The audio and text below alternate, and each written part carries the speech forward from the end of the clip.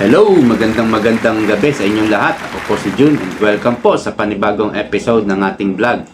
Mukhang mahihirapan na si Tamba, si Lisa Marcos na ma-impeach si VP Sara dahil sa naging resulta ng midterm election. Maganda-ganda na po ang naging numero dito ni VP Sara. It's a numbers game pagdating po sa impeachment at sinasabi nga natin na ito ay politika. Hindi po talaga ito ibabase sa ebidensya at kung ano-ano pa.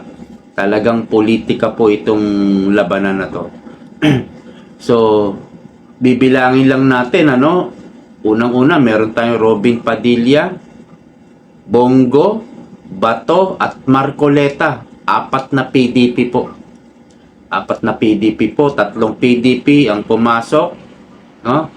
At si Senator Robin, incumbent. At meron pa tayong mga guests. Amy, Camille Villar. No? So, 6 na po yan. At idadagdag pa natin si Mark Villar. At Jinggoy Estrada, meron na po tayong 8. So, 8. Ang natitira na lang is 16. No? Isa na lang po ang kailangan. Kailangan kasi makasyam si VP Sara na to acquit, magkaroon ng acquittal sa kanyang impeachment. Meron na tayong siguradong 8. Doon sa 16, sigurado naman na kahit isa makakuha tayo doon. At talagang naniniwala ako hindi na magtatagumpay ang impeachment ni Tamba at ni Lisa Marcos kay VP Sara. Dahil nakita naman natin yung influence ni VP Sara. No?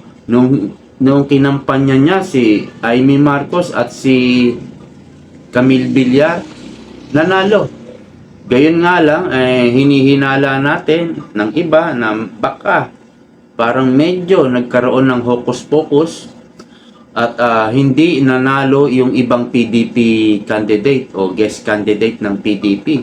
Kagaya nila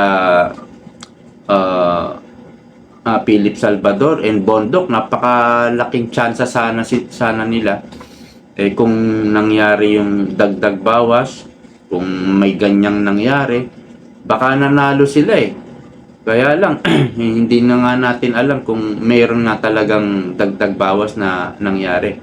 So ito po yung pinaka tatandaan o parang pinaka lesson ng mga politiko, no, pagdating po sa Duterte. Nakita po natin na mayroon pang hatak at malakas pa ang hatak ng mga Duterte. So, kapag ang usapan ay impeachment, magdadalawang isip sila ngayon na i-impeach si VP Sara. Dahil lalo na yung mga re-electionist sa 2028 na mga senador, ay talagang hindi lang isang beses sila mag-iisip. Dahil kapag bumoto sila to impeach VP Sara, tatakbo uli sila sa 2028. Malamang sa malamang hindi na sila manalo. Dahil 3 taon lang ito 3 taon. Hindi agad ito makakalimutan ng tao. Kung bumoto sila against VP Sara, magkakaroon tayo ng higante pagdating sa 2028. Kapag sila'y nangangampanya na, mararamdaman nila yan, hindi sila papansinin ng taong bayan, lalo na sa Mindanao. Isama mo na yung Visayas, mahihirapan silang manalo muli dahil hindi nila makukuha ang Mindanao, hindi sila papasok dyan sa top 12 kung papabor sila to impeach VP Sara, kung boboto sila to impeach VP Sara. Matatandaan yan. Ang dami ng natalo na mga congressman na nanira, tumuligsa, umatake kay VP Sara. Sayang nga itong si Apple Nieto talaga, konting-konti lang ang diferensya. Hindi siya nanalo. Nanalo pa rin si Chua. So sila Abante, yan sila Kimbo, Fernandez, Sino pa ba? Yung ibang mga party list, yung one rider, mukhang hindi makakakuha ng upuan sa Congress.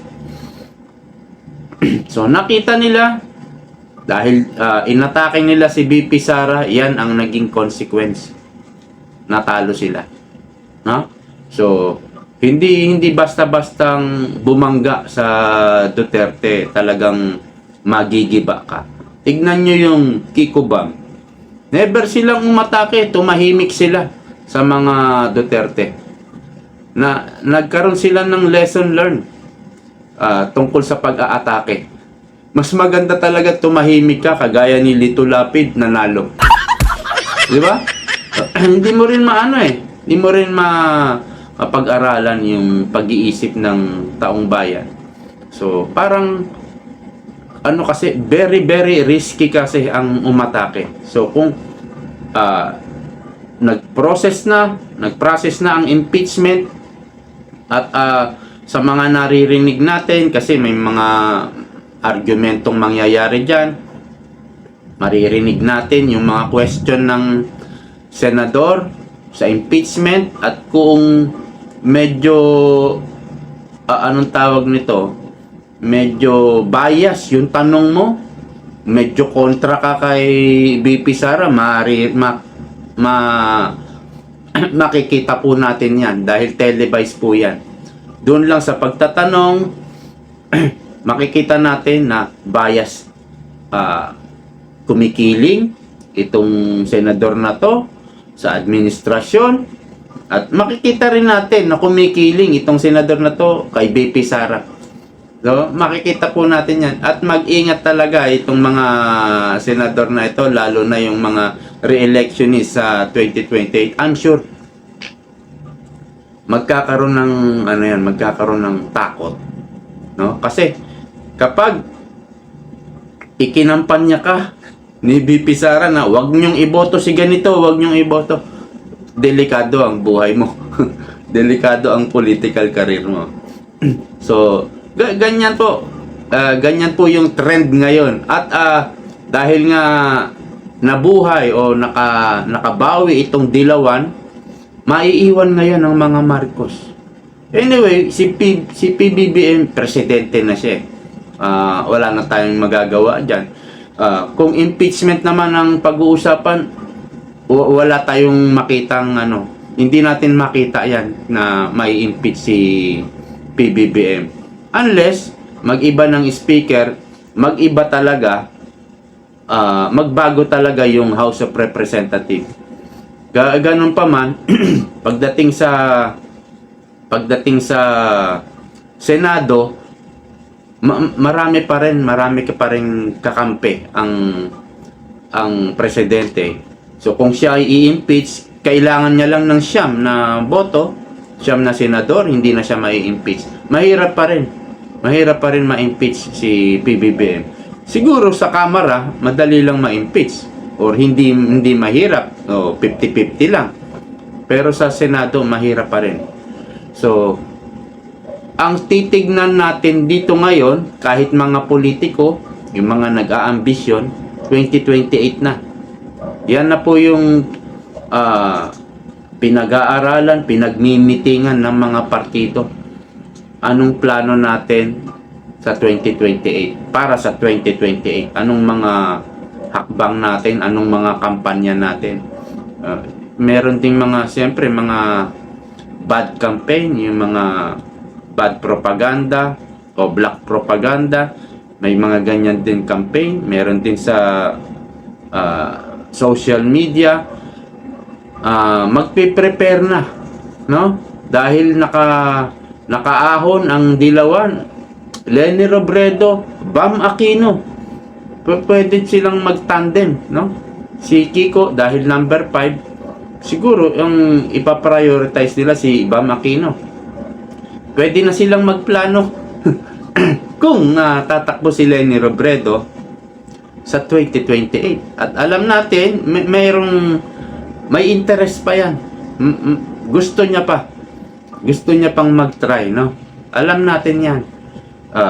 Andyan din si VP Sara. Ang problema ngayon ng administrasyon, problema ni Bongbong, ni Lisa, kung sino patatakbuhin nila. Si Tamba wala na talagang pag-asa. O wala na. Baka nga hindi na siya maging speaker dito sa 20th Congress. Yun ang problema. Sino ang naiisip nyo na pwede nilang maging manok, maging pambato sa 2028? Wala. Wala. Unless na hihiramin nila, makikipag alyansa si Bam Aquino dahil number 2 si Bam Aquino. Number 2. Ang laki ng boto ni Bam Aquino. Ewan ko, no? Dilawan at pulahan magsanib puwersa para labanan si BP Sara. Hindi ko alam. Andyan pa si Bongo, pwedeng alternative ni BP Sara. Sobrang laki ng magiging tsansa ni Bongo kung siya ay tatakbong presidente. Talagang meron siyang pag-asang manalo. Malaki ang pag-asa niyang manalo. Kung magdidesisyon si BP Sara na hindi tatakbo, andyan po si Bongo.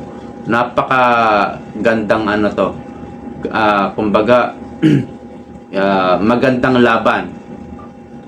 Magbibigay ng magandang laban si Bongo. Halimbawa kay Leni Robredo, sino pa ba yung ibang pwedeng tumakbo? Kumbaga, hindi magpapahulihan si Bongo. Kaya, pwedeng-pwede yan na presidentiable.